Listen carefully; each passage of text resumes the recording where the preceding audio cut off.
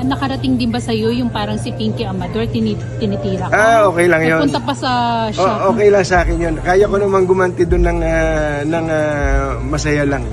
Kasi hindi niya naiintindihan yung sinasabi niya. Yung sinabi niya fake news, hindi niya naiintindihan kung ano ibig sabihin ng fake news. Because I stand by my report until today, at kahit na bukas at sa susunod pa, na I never said anything fake against Risa Ontiveros. I have documents to prove na meron siya. Kung fake news yun, dapat ni-refute nila yung aking documents. Hindi, ang ginawa nila kung saan sila nagsuot, tinawag nila akong fake news without proving anything. No? Pero hindi po kayo naapektuhan doon? Naapektuhan ako. Medyo, tingin ko, napilitan akong magsipag uli. Dati, kumbaga, nagdagdag. Hindi ko naman sila pinapansin eh. Tuloy, nag-research na naman ako. Nabuhay na naman yung mga old sources namin. Ayun, naalaman ko tuloy na marami pala silang mga gano'n.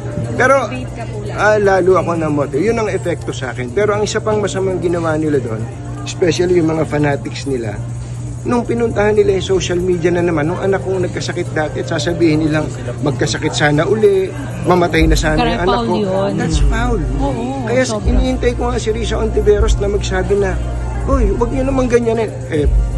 Santa, ang alam ko, mabait siyang tao, ba't hindi siya kumibo?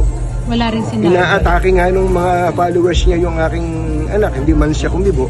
Ano ibig sabihin nun? She let it pass, she let it happen, she condones it. O kung ano, she tolerates it. Kung ano, pero okay lang.